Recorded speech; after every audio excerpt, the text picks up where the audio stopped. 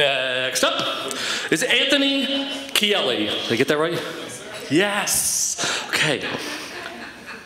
Anthony is a meditation teacher, entrepreneur, car salesman, hopefully one that Bob would approve of course, and the newest addition to the Carroll Technology and Innovation Council team.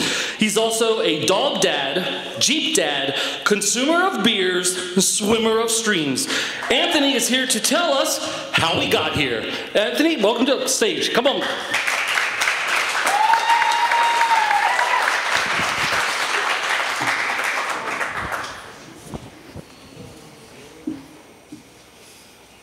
Yeah.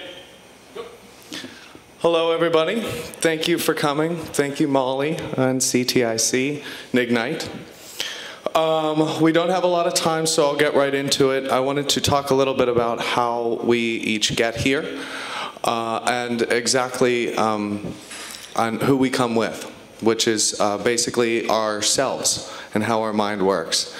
I used to teach meditation, and using the mind as a muscle was something critical to my practice and my teachings. The bad news is the mind is a muscle, and 2/3 of our stimulus-independent thought tends to be negative. When we're walking around and we're not paying attention, we tend to focus on what is wrong. It's safer to think it's a snake and not a stick. The good news is that you have a chance to intervene in that process and think purposefully about what you want. So at any given point, we have the ability to change our mind. It's a muscle, we can exercise it. So I wanted to give a little practice on how we use our mind, and a little bit of insight, hopefully, into how your mind is currently working and what you can do to change it. I like to call this coming to your senses. What creates our experience is our senses, so we'll just do a little practice of working through them and then see what we thought about that. Taste is one of our main senses. If you have a drink in front of you, you could take a sip of it. You could tell what kind of taste. Let's go, cheers. What might still be left over in your mouth from food.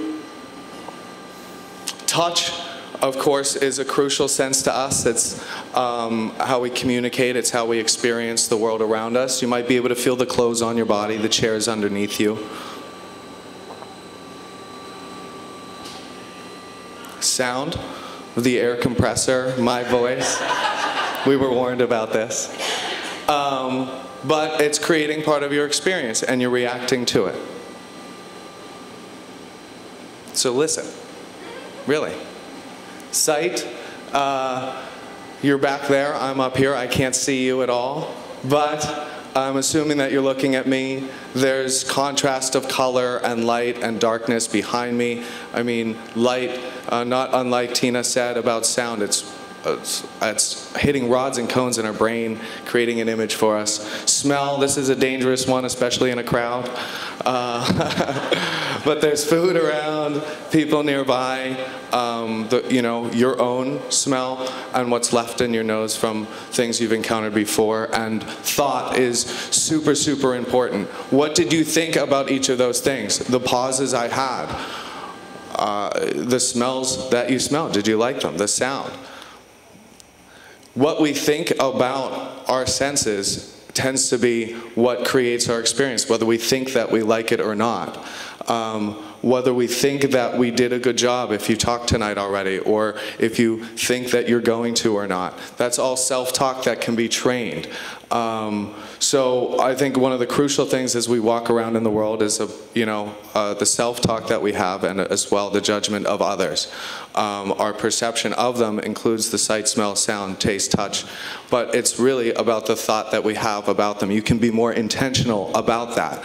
You can train yourself to think more positively about yourself. You can train yourself to think more positively about the people around you. I think that some simple exercises really are sitting down and meditating, so you can actually practice doing that. Just sit down for 5 minutes, think happy things about yourself or others. You can wish others to be well.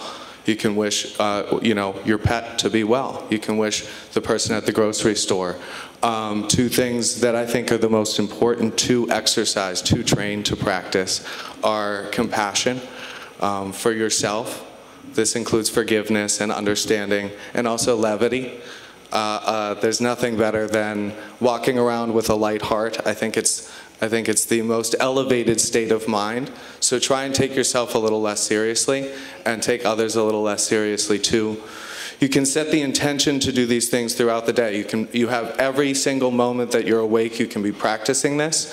And since your mind is a muscle, it works the same way as the gym. When you work it in a specific direction, that direction gets stronger. It develops connections just like muscle tissue in your brain, your neurons. And of course, practice being here non-judgmentally with compassion and levity. Thank you.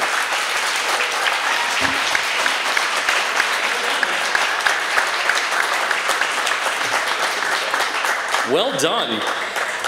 So one of the other things that I love about Ignite is how a presenter chooses to present the content. Simple, single words on a blank canvas, and him just presenting from his own mind without any help and talking us through all of that. Really, really great job. And I'm not saying that that's like the best way to go. I'm just pointing out how cool it is to see the different, some people just choose pictures, nothing but pictures, and they're talking from that, right? So it's just part of the coolness factor of Ignite. So thank you.